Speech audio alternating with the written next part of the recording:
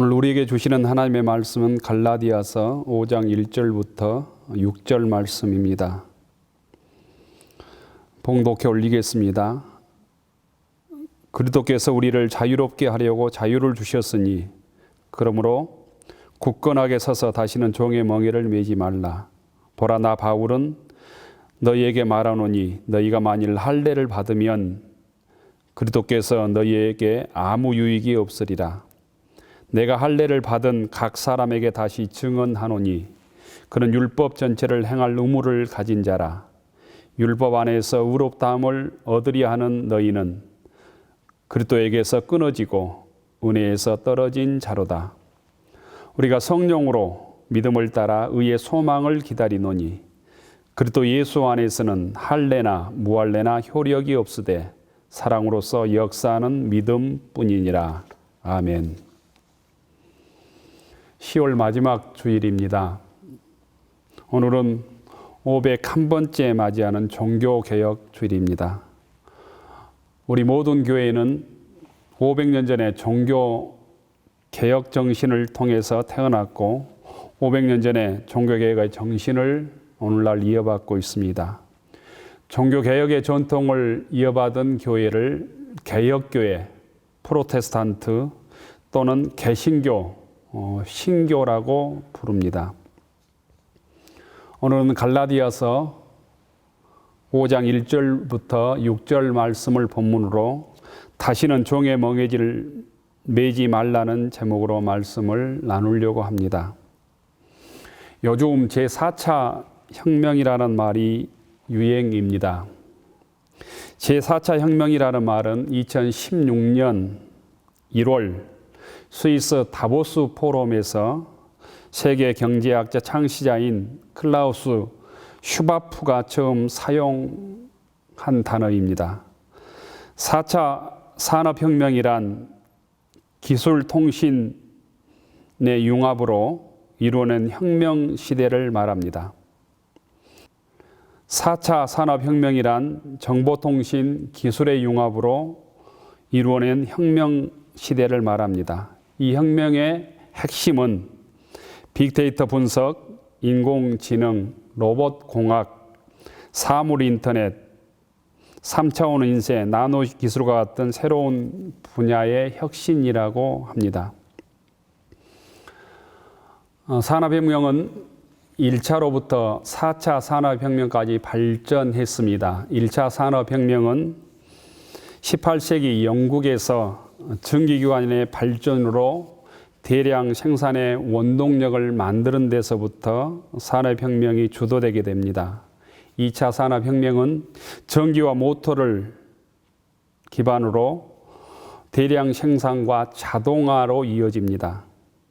3차 산업혁명은 컴퓨터를 통한 자동화, 생산, 유통 시스템의 자동화로 이어집니다.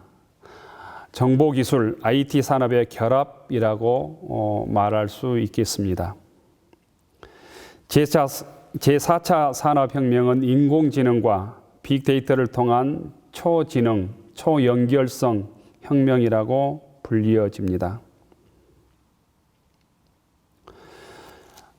이 4차 산업혁명처럼 예수님 이후의 2000년 교회 역사도 제4 시기까지 나눌 수 있다고 생각합니다. 이제 제4 교회사 시대로 접어들기 시작했다고 신학자들과 교회 사가들은 말합니다.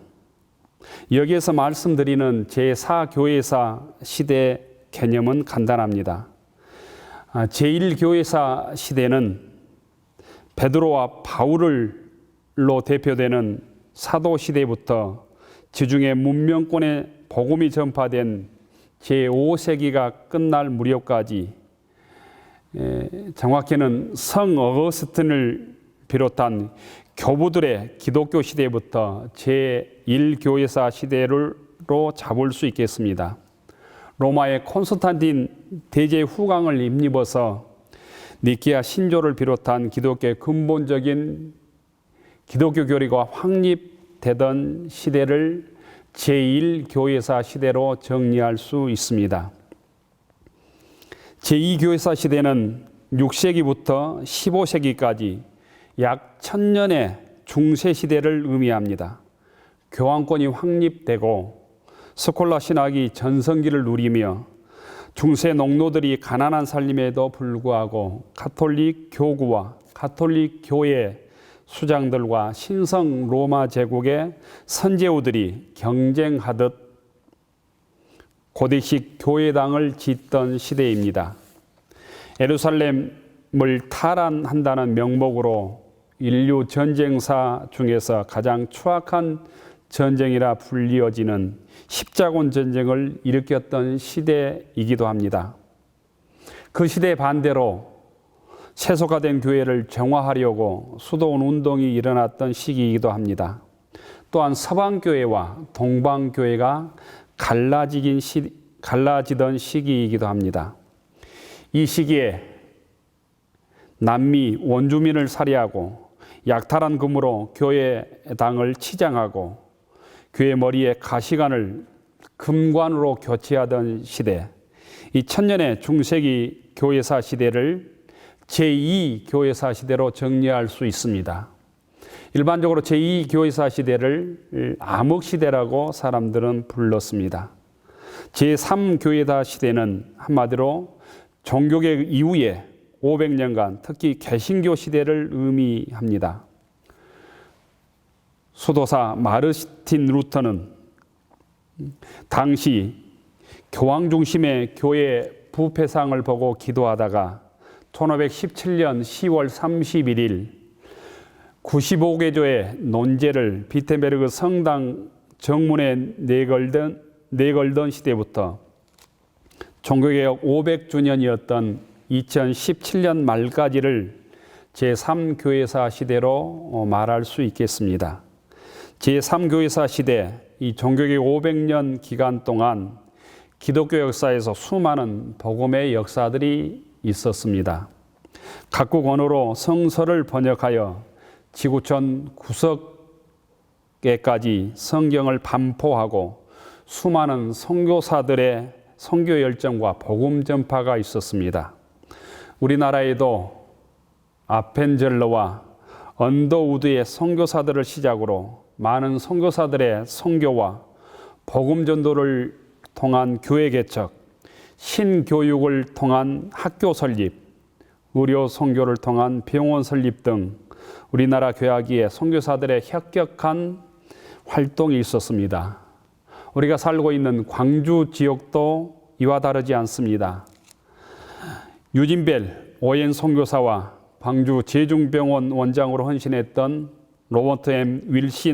윌슨 의료 선교사, 이름도 빛도 없이 문둥이들과 폐병 환자들을 품에 끌어안고 주님의 사랑을 전했던 엘리자베스 쉐핑 의료 선교사를 비롯한 수많은 의료 선교사와 의료 선교사들의 디아코니아 복음 선교 사역이 있었습니다. 그런데 그 위대했던 제3교회사 시대가 저물고 있습니다. 오늘날 세계 20대 대형교회 절반이 한국에 있다고 자랑하지만 애언자의 눈으로 보고 교회당 울타리에서 이 시대를 본다면 제3교회사 시대 또한 기독교와 자본주의가 야합한 시대, 기독교와 물질, 기독교와 곧 만몬이 야합한 시대라고 부를 수 있겠습니다. 교회가 우주적 보편성을 잃고 국가주의와 야합한 시대라고 말할 수밖에 없게 되었습니다. 종교개혁의 근본 원리를 배반하는 것은 겉모습만 개신교이지 진정한 의미에서 개혁교회, 개신교라고 말할 수 없습니다. 종교개혁의 근본 원리란 오직 하나님만이 구원의 시작과 과정과 끝이라는 신앙 원리입니다. 그 외에 일체 인간적 공적, 종교적 성취, 도덕적 경건, 성직 질서, 정통 교리나 신조가 인간을 구원하는 것이 아니라고 목숨 바쳐서 고백하는 신앙의 원리가 개신교의 원리입니다. 그런데 한국교회는 율법주의와 문자적 경건주의에 빠져 하나님의 말씀의 근본 정신을 잃어버렸습니다. 그리고 자기 욕심을 채우기 위해 성경 말씀을 왜곡했습니다. 오직 은총과 믿음만을 입술로는 외치면서도 실제로는 만문의 숭배자요, 거룩한 교회의 보편성과 공공성을 파괴하고 재벌기업처럼 거대한 개교의 중심, 성직자가 하나님처럼 군림하는 성직자 중심, 교회당 안에만 하나님이 계시는 것처럼 성전주의가 되어버린 오늘의 변질된 한국의 개신교의 모습을 우리는 요즘 언론에 자주 등장하는 서울의 모교회를 통해서 극명하게 확인하고 있습니다. 제4차 산업혁명이 시작된 것처럼 교회도 이제는 종교개혁 500주년을 지나면서 제4차 산업혁명이 시작된 것처럼 교회도 이제 종교개혁 500년을 지나면서 제4 교회사 시대가 동트고 있다는 인식을 우리들이 해야 할 때입니다. 이런 카이로스가 도래하고 있다는 의식이 있을 때 우리는 새로운 시대의 주인공이 될 수 있습니다. 장공 김재중 목사님은 볼리비 도생이라는 수필에서 어둠이 가득하고 문제가 복잡할수록 근본 맨 처음으로 돌아가서 생각하면 살 길이 열린다는 볼리비 도생이라는 말씀을 우리들에게 주셨습니다. 오늘날 우리들도 마찬가지입니다. 인생을 살아가면서 세상 문제가 낱마처럼 얽혀 있고 삶이 힘들고 어둠이 가득하여 빛이 보이지 않고 절망이 가득하다면 나를 창조하시고 나를 구원하신 하나님 말씀으로 돌아가서 생각해야 합니다. 하나님 말씀 앞에서 문제를 해결하는 해결책을 찾아야 한다는 말씀입니다. 오늘은 10월 마지막 주일 501주년 종교개혁 기념주일에 종교개혁의 참 정신을 되새기면서 우리의 신앙을 성찰하는 주일입니다. 종교개혁의 참 정신은 무엇이겠습니까? 종교개혁의 참 정신을 간단하게 정리해서 말씀드린다면 우상으로부터 자유정신이라고 말씀드리고 싶습니다. 온갖 우상을 파괴하고 오직 하나님만을 하나님답게 예배하고 경외하며 주님께서 우리에게 주신 참 자유를 누리며 살아가는 것이 종교개혁의 중심 정신이라는 것입니다. 오늘 성경 갈라디아서에서 사도 바울은 종교개혁의 정신을 이렇게 우리들에게 알려줍니다. 갈라디아에서 사도 바울이 역사라는 것처럼 1절에 보면 그리스도께서 우리를 자유롭게 하려고 자유를 주셨으니 그러므로 굳건하게 서서 다시는 종의 멍에를 매지 말라고 하셨습니다.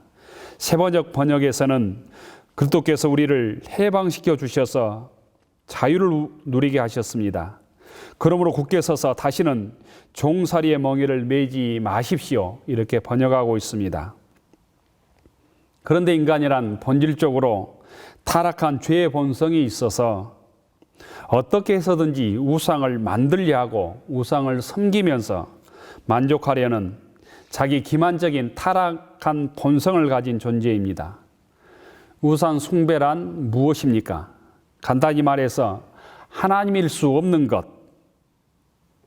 그것이 신상 조각이든지 아니면 이념이든지 종교 교리이든지 경건한 신학 체계이든지 그 어떤 것을 하나님처럼 절대하고 그것을 섬기면서 충성하고 아부하고 그런 것에서 자기 욕심과 이익을 취하는 모든 행태가 우상입니다.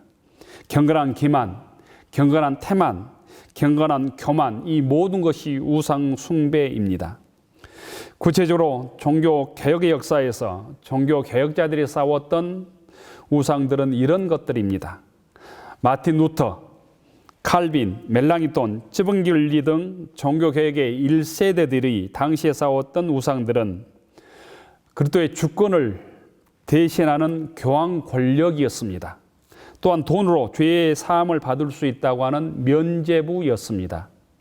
또한 성경으로 말하는 복음을 대신하려는 스콜라 신학의 교리였습니다. 십자가 은혜를 무효시키는 공로신앙이었습니다. 한마디로 종교개혁 당시 금빛으로 도금한 금관에 예수만 있었고 십자가와 가시관 쓰신 예수는 교회 장식물로 전락했습니다. 하나님이 그래도 예수 안에서 보혜사 성령을 통하여 우리에게 햇빛 같은 공의와 아가페적 사랑과 하늘로부터 오는 평화가 실종되어 버렸습니다. 이 잘못된 중세시대 카톨릭이 만들어 온 우상과 싸워서 성경의 본래 정신을 회복하고 공로가 아니라 주님의 은혜만이 구원을 우리에게 허락하며 십자가의 은혜를 강조하고 주님의 주권을 강조했던 것이 종교개혁의 정신입니다. 이 정신이 오직 성경만, 솔라 스크립투라, 오직 믿음만, 솔라 피데, 오직 은총만, 솔라 그라티아라는 모토입니다. 그런데 종교개혁의 정신이 500년의 시간이 흐른 사이에 하나님의 말씀인 성경이 독단적 교리주의와 문자주의에 빠져서 성경을 우상화하고 지독한 교권주의에 빠져서 거룩한 주님의 몸인 교회를 강도의 소굴로 만들어 버렸습니다. 스콜라 교리 신학을 비판하고 복음을 재발견한 것이 종교개혁인데 후대 신학자들은 스콜라 신학보다 더 굳어지고 생명력 없는 근본주의 신학 강령으로 무장한 십자군 군단이 되어버렸습니다.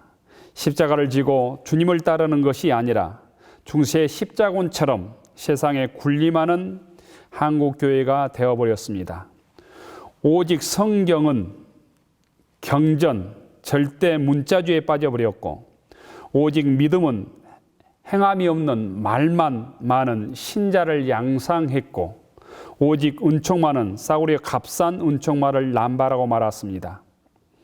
아직도 한국교회는 예수님의 말씀과는 무관한 냉전 논리와 반공 논리와 이분법적인 흑백 논리에 빠져 있습니다. 성공과 성장은 무조건 하나님의 축복에 주신 결과라고 말하는 무한 성장주의에 빠져 있습니다. 한국 기독교는 숙미, 반공, 반민주, 반인권, 권력과 물질 숭배 사상에서 벗어나지 못하고 있습니다. 그렇다면 이제 한국교회가 어떻게 이런 우상으로부터 자유할 수 있겠습니까? 그 해답의 첫째는 하나님의 말씀에 의해서 스스로 생각해야 된다는 것입니다. 생각하는 힘을 길러야 된다는 말씀입니다. 어떤 것이 옳은지, 어떤 것이 주님의 뜻인지, 어떤 것이 주님의 뜻을 이루는 방법인지를 스스로 생각해야 합니다.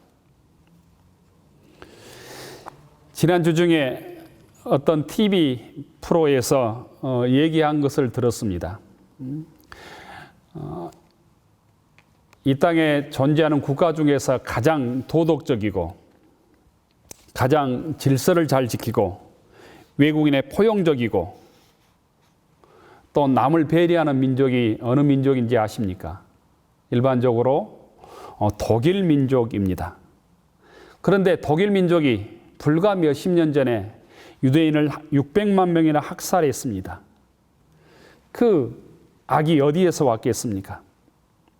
많은 사람들은 악마 때문이다, 히틀러 때문이다, 그 히틀러와 그 일당 때문이다라고 생각하기 쉬운데 그것이 아니라고 한나 아렌트 정치학자는 얘기합니다.